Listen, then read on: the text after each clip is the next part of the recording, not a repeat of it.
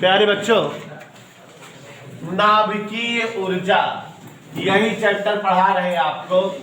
नाभिकीय ऊर्जा में हमने आपको बहुत सारी चीजें एक्सप्लेन किया है।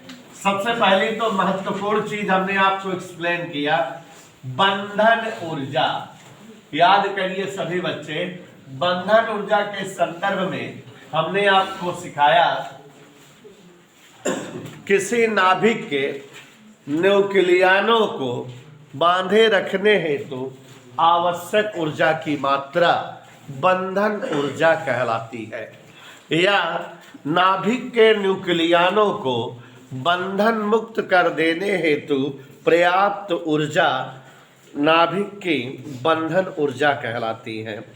अगर हम किसी भारी भरकम नाभिक पर न्यूट्रॉन कणों की बमबारी करते हैं तो भारी भरकम नाभिक पर जब न्यूट्रॉन कणों की बमबारी होती है तो उस नाभिक के न्यूक्लियनों को पर्याप्त मात्रा में ऊर्जा प्राप्त हो जाती है और न्यूक्लियन बंधन मुक्त हो जाते हैं। मीन्स भारी नाभिक हल्के नाभिकों में टूट जाते हैं या डिवाइड होते हैं। हमने आपको समझाया हुआ है, एक्सप्लेन किया हुआ है कि भारी नाभिक का हल्के नाभिकों में टूट जाना या बट जाना नाभिकीय विखंडन कहलाता है। जब किसी भारी नाभिक पर न्यूट्रॉन कणों की बमबारी की जाती है तो भारी नाभिक दो हल्के नाभिकों में टूट जाता है, 3 नए न्यूट्रॉन बनते हैं और नाभिक का संपूर्ण द्रव्यमान हल्के नाभिकों में नहीं टूटता, नाभिक का कुछ द्रव्यमान ऊर्जा के रूप में भी प्राप्त होता है और यह ऊर्जा विखंडन के पश्चात मुक्त ऊर्जा होती है, जिसको द्रव्यमान का ऊर्जा में बदलने से प्राप्त किए हैं, इसलिए ऊर्जा बहुत ज्यादा मात्रा में होती है। बात 1939 के आसपास की है। साइंटिस्ट है जर्मनी के स्ट्रामैन और ऑटो-हान, ये दोनों वैज्ञानिक रेडियोएक्टिवता का अध्ययन कर रहे थे तो इनके दिमाग में आया कि अगर जो है यूरेनियम के नाभिक पर न्यूट्रॉन की बमबारी की जाए तो स्नेहा बेटा ये यूरेनियम नाभिक न्यूट्रॉन को अवशोषित कर लेगा और इसका परमाणु भार बढ़ जाएगा, माने कृत्रिम रेडियोएक्टिव तत्व प्राप्त हो जाएगा। अर्थात इनकी सोच थी कि यूरेनियम का समस्थानिक बन जाएगा। इसलिए इन्होंने ईश्वर का नाम लेकर 92U-235 पर न्यूट्रॉन कणों की बमबारी की 0N1। इनकी इच्छा थी कि 92U-236 बन जाए, भारी नाभिक बन जाए, समस्थानिक बन जाए यूरेनियम का। लेकिन इन्होंने जब ऐसा किया तो पाया कि भारी नाभिक बनने के बजाय यूरेनियम पहले से भी छोटे नाभिकों में टूट गया।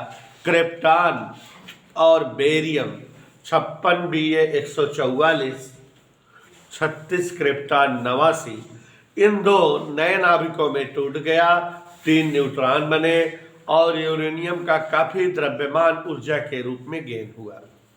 बच्चों, ये रिएक्शन जब इन्हें दिखा, इनकी तो सोच थी रेडियोएक्टिवता की, लेकिन जब इन्हें ये रिएक्शन दिखा तो हमने आपको बताया था कि वैज्ञानिक फिश और मैटनर जर्मनी के ही वैज्ञानिक थे, ये समझे और एक्सप्लेन किए कि आपके प्रयोग में ये जो प्राप्त हुआ है ये रेडियोएक्टिवता नहीं है बल्कि ये नाभिकीय विखंडन प्रक्रिया है और ये दुनिया का पहला कृत्रिम नाभिकीय विखंडन था जिसे जो है ऑटो-हान और स्ट्रामैन ने करके प्राप्त किया था।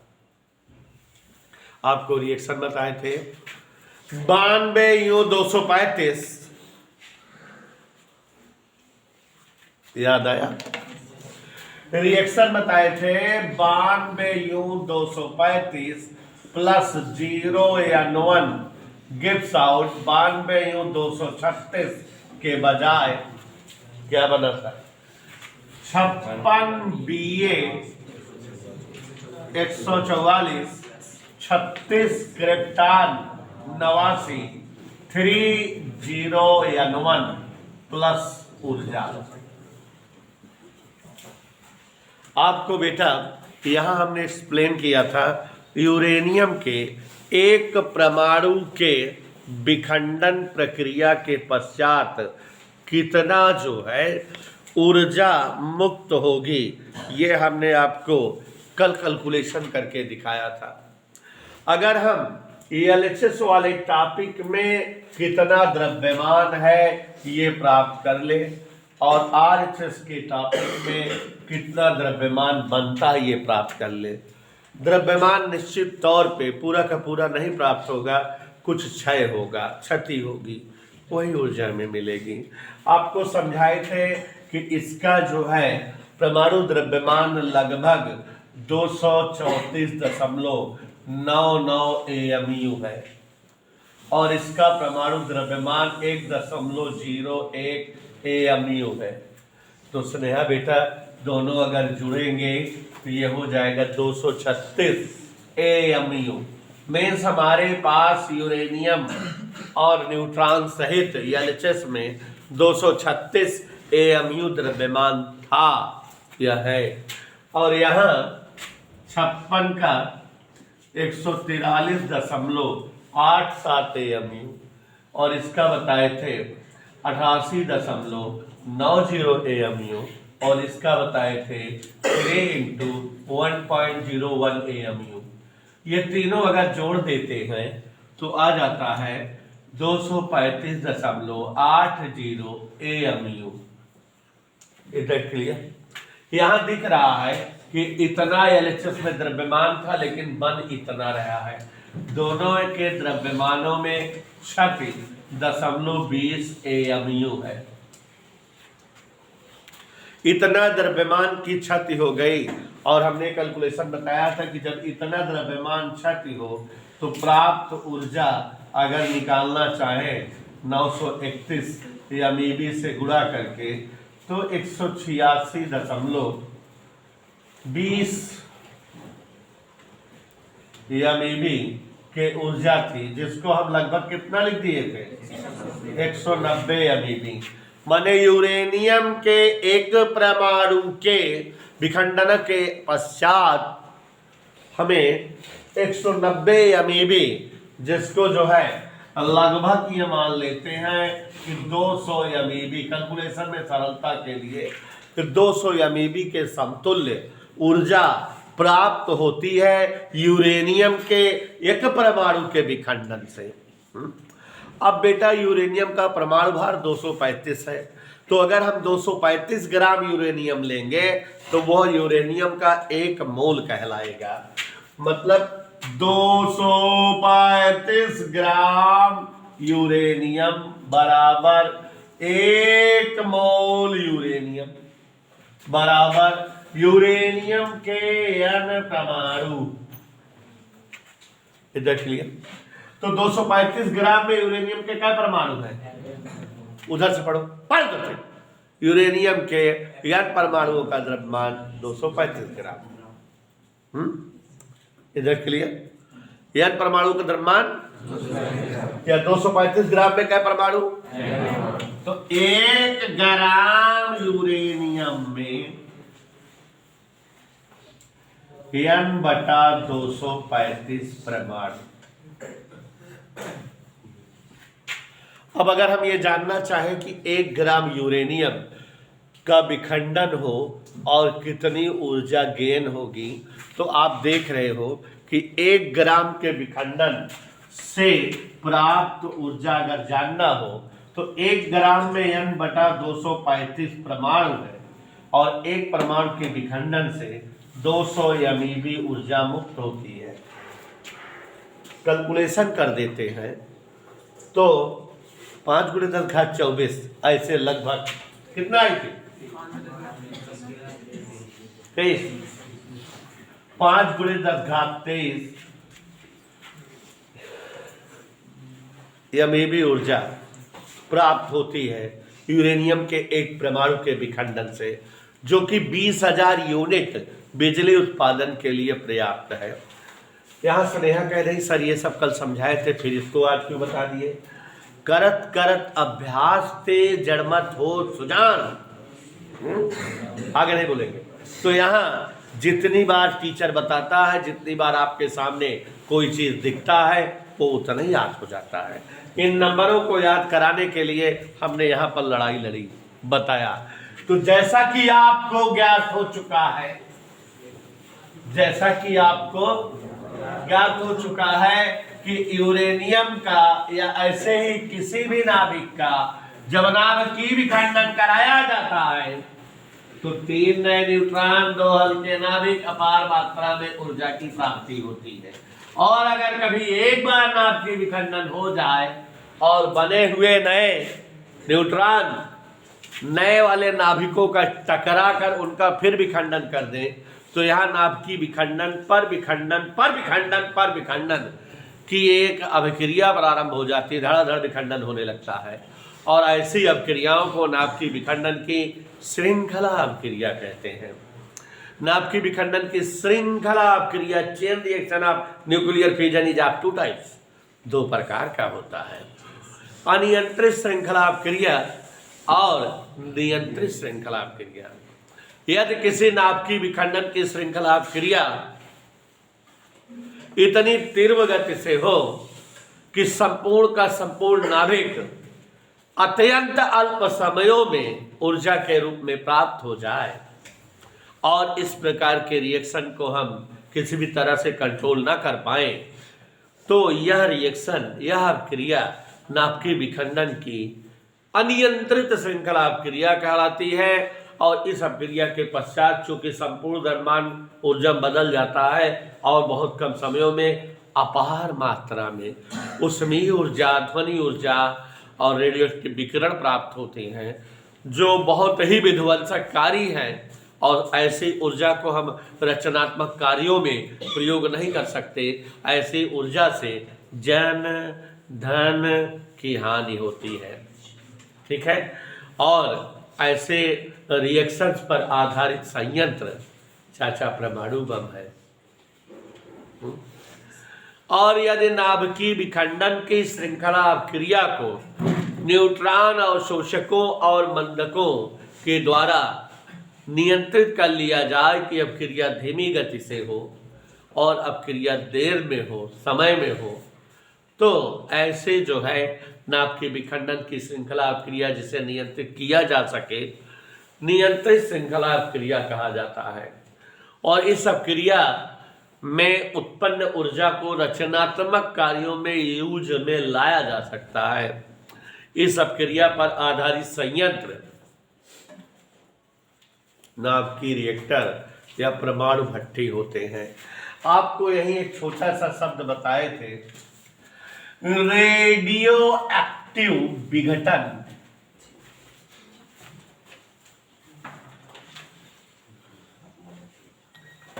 व नाभिकीय विखंडन में अंतर। नाभिकीय विघटन और नाभिकीय विखंडन में अंतर। कुछ तत्व ऐसे होते हैं जो हवा में खुला छोड़े जाने पर किरणें उत्सर्जित करते रहते हैं और धीरे धीरे कम होते होते समाप्त हो जाते हैं। ऐसे तत्व जो किरणें उत्सर्जित करते हुए कम होते होते समाप्त हो जाते हैं, ऐसे तत्व रेडियो एक्टिव तत्व कहलाते हैं। ये घटना रेडियो एक्टिवता और किरणें जो बनती हैं रेडियो एक्टिव किरणें कहलाती हैं। तो ये है हमारा रेडियो एक्टिव विघटन। देयर आर सो मेनी खासियत ऑफ रेडियो एक्टिव विघटन। पहली खासियत, यह एक प्राकृतिक अभिक्रिया है। यह एक स्वतः होने वाली अभिक्रिया है जिसे आरंभ कराने की रिक्वायर्ड नहीं होती। ये खुद ही आरंभ रहता है, बिना स्विच बोर्ड लगाए चलता रहता है। जबकि नाभिकीय विखंडन अभिक्रिया कृत्रिम अभिक्रिया है, न्यूट्रॉन की बमबारी करे बिना आरंभ न होए। रेडियो एक्टिव विघटन अत्यंत धीमी गति से होने वाली अभिक्रिया है। इसको पूर्ण होने में खरबों साल लग जाते हैं। नाभिकीय विखंडन अभिक्रिया बहुत तीव्र वेग से होने वाली अभिक्रिया है। 10⁻⁻7 सेकंड का अल्प समय पर्याप्त होता है नाभ की विखंडन प्रोसेस को पूरा होने में। रेडियो एक्टिव विघटन को किसी भी तरह से, किसी भी मशीन, डिवाइस, किसी भी रीति से नियंत्रित नहीं किया जा सकता। रेडियो एक्टिव विघटन की दर को ना हम कम कर सकते हैं, ना बढ़ा सकते हैं, और ना ही रेडियो एक्टिव विघटन को हम बंद करा सकते हैं। नाभिकीय विखंडन अभिक्रिया को हम न्यूट्रॉन अवशोषक और मंदक इन दोनों के इस्तेमाल से धीमा कर सकते हैं और अभिक्रिया को कंट्रोल कर सकते हैं, अभिक्रिया को बंद भी करा सकते हैं। रेडियो एक्टिव विघटन के उपरांत ऊर्जा प्राप्ति बहुत अल्प मात्रा में होती है। नाभिकीय विखंडन प्रक्रिया के पश्चात अपार मात्रा में ध्वनि ऊर्जा, ऊष्मीय ऊर्जा और यानी अदर ऊर्जाएं बहुत ज्यादा मात्रा में गेन होती हैं। रेडियो एक्टिव विघटन प्रक्रिया के पश्चात तत्व के परमाणु क्रमांक और परमाणु भार में 2 या 4 की कमी होती है।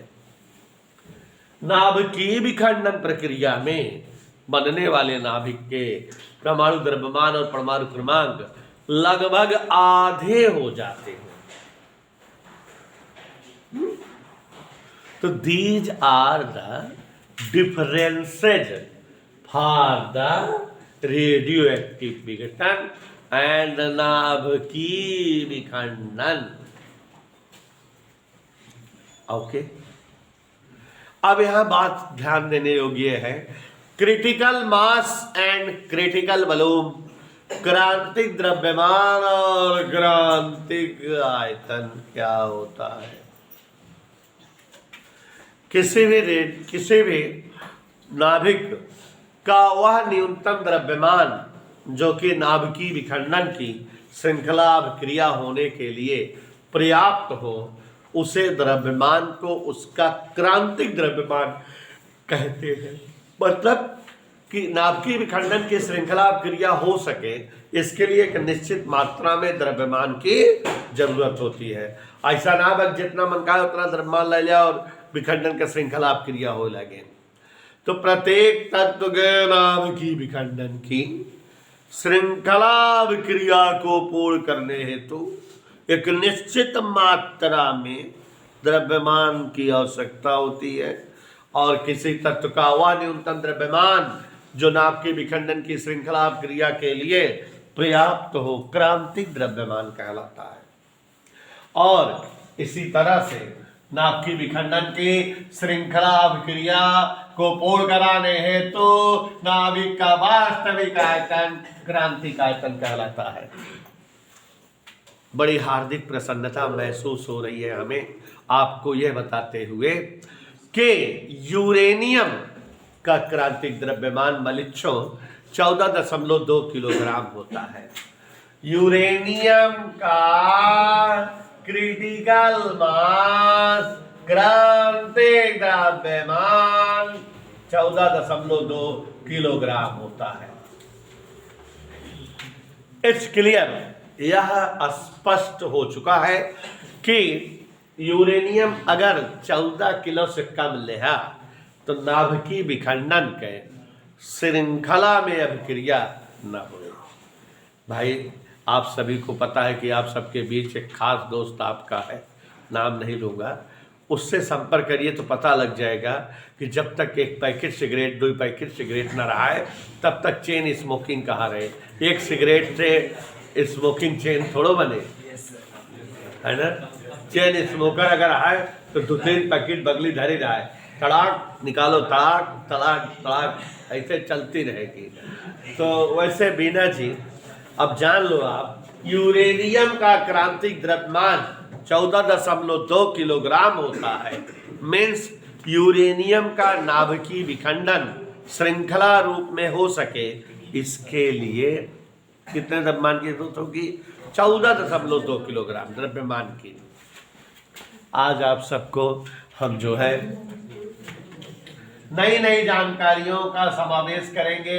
ये चैप्टर रियली जो थ्योरेटिकल चैप्टर है, नाभिकीय ऊर्जा, नाभिक की संरचना, परमाणु संरचना, अर्धचालक कैसे, एना चैप्टर पढ़ाए बिना कम से कम 3 घंटा चाहिए लगातार कि लड़कियों के समझ में आवत रहे। आधा पढ़ा देते तो अर्धजल गगरी भुला गया, दूसरे दिन फिर से शुरू करें पढ़ाता है। 3 घंटा मार दी, नाभ की ऊर्जा उड़ी, नाभ की संरचना उड़ी, तब 3 घंटा क्लास मिले तो मस्त पढ़ा दी और एकदम घोटा दी, खोपड़िया में घुस गया है।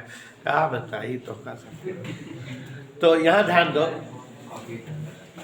गौर फरमाइए, अगर आपके पास कोई एक बेलनाकार पात्र आ जाए, बर्तन, विसेल, ओके, दोहरी परत वाला, क्या बोलिए, दोहरी परत वाला एक बेलनाकार पात्र, ओम नमो नारायण,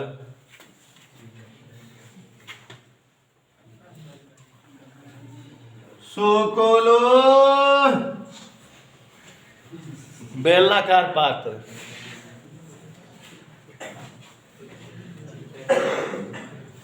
अगर हमारे पास एक बेलनाकार पात्र हो, बोले तो बर्तन दोहरी परत वाला हो, माने मजबूत हो, डोंट एंग्री। तो ये बेलनाकार पात्र है, बर्तन है, और ये दोहरी परत वाला है।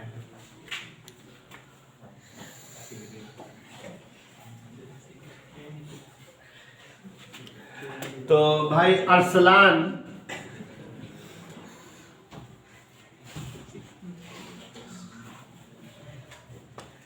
इट्स बेलनाकार पात्र,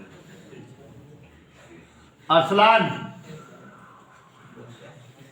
बेलनाकार पात्र,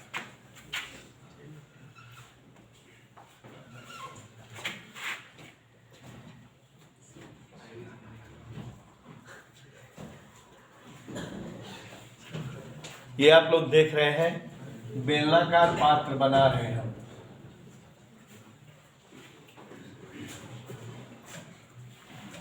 स्नेहा बेटा मजा आ रही है, ओझा जी अच्छा लग रहा है ना, बर्तन अच्छा बना है।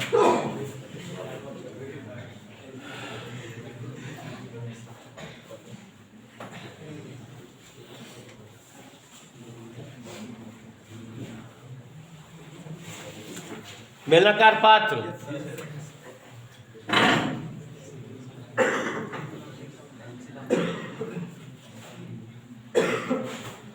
कोई दिक्कत देखा। और अगर हम इस बर्तन में यूरेनियम के 2 बड़े बड़े टुकड़े रख दें, इस बर्तन में यूरेनियम के क्या रखें,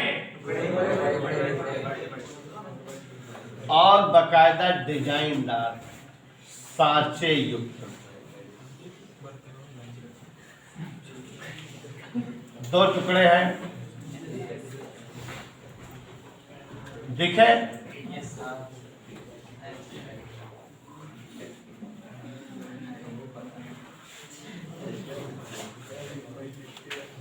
अब एक टुकड़ू है,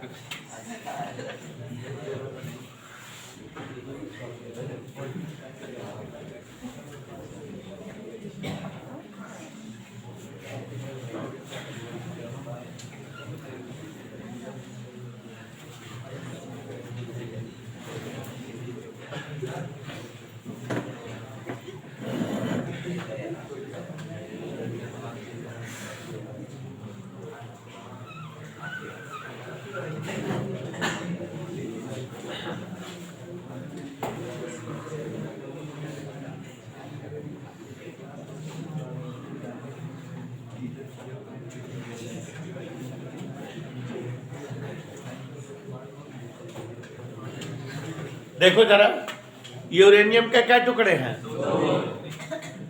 से जोड़ देते हैं ताकि सजा दे। यूरेनियम के 2 टुकड़े हैं, आप सभी ध्यान से देखो, और दोनों सांचे नुमा आकृति में है कि एक दूसरे में फिट हो सकते हैं। आप सभी को दिखाई दे रहा है बेटा। ये हमने पहले जो है बेलनाकार धातु का एक पात्र लिया, दोहरी परत वाला लिया, और उसमें जो है आप देख रहे हो यूरेनियम के 2 टुकड़े हैं सांचे नुमा आकृति में। गौर से ध्यान दीजिएगा कि दोनों टुकड़े जो है यहाँ पर यूरेनियम के, इनका द्रव्यमान वजन यूरेनियम के क्रांतिक द्रव्यमान के आधे से थोड़ा बहुत अधिक है। मतलब 8-9 किलो के हैं, एक 8 किलो एक 9 किलो ऐसे रखा है। यूरेनियम के 2 टुकड़े हैं जिनका द्रव्यमान क्रांतिक द्रव्यमान के आधे से थोड़ा अधिक है। नीचे वाला टुकड़ा स्थिर टुकड़ा होता है और ऊपर वाला टुकड़ा स्प्रिंग से कनेक्टेड होता है। किससे कनेक्टेड होता है बेटा? ये यहाँ स्प्रिंग से ये कनेक्टेड है।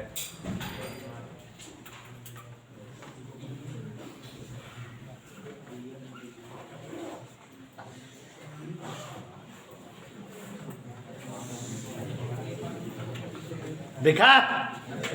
चलो एक बार फिर से मजा ले ले। गौर फरमाइएगा कि ये एक बेलनाकार धातु का दोहरी परत वाला पात्र है जिसमें यूरेनियम के 2 टुकड़े जिनके द्रव्यमान यूरेनियम के क्रांतिक द्रव्यमान के आधे से अधिक होता है, सांचे नुमा आकृति में है। नीचे वाला टुकड़ा फिक्स है, ऊपर वाला टुकड़ा जो है स्प्रिंग युक्त है। अब अगर रिमोट सिस्टम द्वारा यहाँ दूर से ही automatic system remote system on करे कि ये टुकड़ा स्प्रिंग से छटक जाए और इसमें आके गिर जाए, तो दोनों टुकड़े अभी जैसे यहाँ रफली समझ रहे हो कि दोनों टुकड़े अलग अलग अलग अलग हैं। दोनों टुकड़े अलग अलग हैं और जब जो है ये टुकड़ा गिर के इसमें फिट हो जाएगा तो दोनों टुकड़े एक दूसरे के साथ हो जाएंगे, माने एक दूसरे में फिटअप हो जाएंगे, इकट्ठा हो जाएंगे। और अब जो है जब ये इकट्ठा हो जाएंगे तो दोनों टुकड़ों का द्रव्यमान क्रांतिक द्रव्यमान से अधिक हो जाएगा और इसलिए यहां नाभिकीय विखंडन की श्रृंखला क्रिया एट वंस जारी हो जाएगी, प्रारंभ हो जाएगी। नाभिकीय विखंडन पर विखंडन, विखंडन पर विखंडन, तड़ातड़ विखंडन पर विखंडन होने लगेगा और इतनी तीव्र वेग से होगा कि इस विखंडन प्रक्रिया को आप किसी भी तरह से रोक नहीं पाओगे और पलक झपकते ही अल्प समय में ही संपूर्ण का संपूर्ण द्रव्यमान ऊर्जा के रूप में प्राप्त हो जाएगा। और आप कल्पना कर सकते हैं कि जब जो है ये 14 किलो से ज्यादा द्रव्यमान हमारा जो है ऊर्जा के रूप में प्राप्त होगा तो अपार मात्रा में उसमें ऊर्जा जान धन की हानि कराने वाली उत्पन्न हो जाएगी, करोड़ों केल्विन का टेम्परेचर हो जाएगा। और बच्चों ये है हमारे चाचा जिनका नाम है एटॉमिक बम, परमाणु बम है और ये विखंडन के पूर्व है, दोनों के आकार और ये विखंडन समय और ये विखंडन के बाद इधर क्लियर। तो परमाणु बम सबको समझ में आया, आप लोग घर जाके बनाइएगा और अपने अपने पड़ोसियों पर प्रयोग करके देख लीजिएगा। तो यहाँ ध्यान से देख रहे हो कि समझ में आ गया। परमाणु बम क्या है? परमाणु बम नाभिकीय विखंडन की अनियंत्रित श्रृंखला क्रिया पर आधारित संयंत्र है। परमाणु बम नाभिकीय विखंडन की अनियंत्रित श्रृंखला क्रिया पर आधारित संयंत्र है। इसमें धातु का बेलनाकार पात्र होता है दोहरे परत वाला, जिसमें यूरेनियम के 2 टुकड़े जिनका द्रव्यमान यूरेनियम के क्रांतिक द्रव्यमान के आधे से अधिक होता है। अलग अलग टुकड़े होते हैं साँचेनुमा आकृति में। रिमोट प्रबंध द्वारा, स्वचालित सिस्टम द्वारा जब दोनों टुकड़ों को एक कर दिया जाता है तो शामिलात द्रव्यमान यूरेनियम के क्रांतिक द्रव्यमान से भी ज़्यादा हो जाता है और इसलिए नाभिक विखंडन की श्रृंखला क्रिया प्रारंभ हो जाती है और जो अल्प समय में ही तेजी गति से होती रहती है कि संपूर्ण का संपूर्ण यूरेनियम नाभिक ऊर्जा के रूप में मिलता है और अपार मात्रा में ऊर्जा की गेनिंग होती है। आपने अभी देखा था कि 1 ग्राम यूरेनियम, मात्र 1 ग्राम जब जो है उत्पन्न हुआ था, ऊर्जा में विखंडित हुआ था, तो आपने देखा था कितना ऊर्जा मिली थी, 5 × 10⁻23। यहाँ तो 14 किलोग्राम से भी ज़्यादा है। तो आप समझ सकते हैं कि 14,000 से गुणा कर दीजिए उसमें, तो बहुत ज़्यादा मात्रा में ऊर्जा मिलेगी, करोड़ों केल्विन का टेम्परेचर बन जाएगा और इसलिए ये ऊर्जा विध्वंसक होगी, नुकसानदेह होगी। कभी किसी समय अमेरिका चाचा ने जापान के ऊपर परमाणु बम का जो है यूज कर दिया था तो उसके 2 नगर स्वाहा हो गए थे, हिरोशिमा नागासाकी ना, लिटिल बम छोड़ दिया था तो हो गया सफर। तो समझ में आ गया बेटा।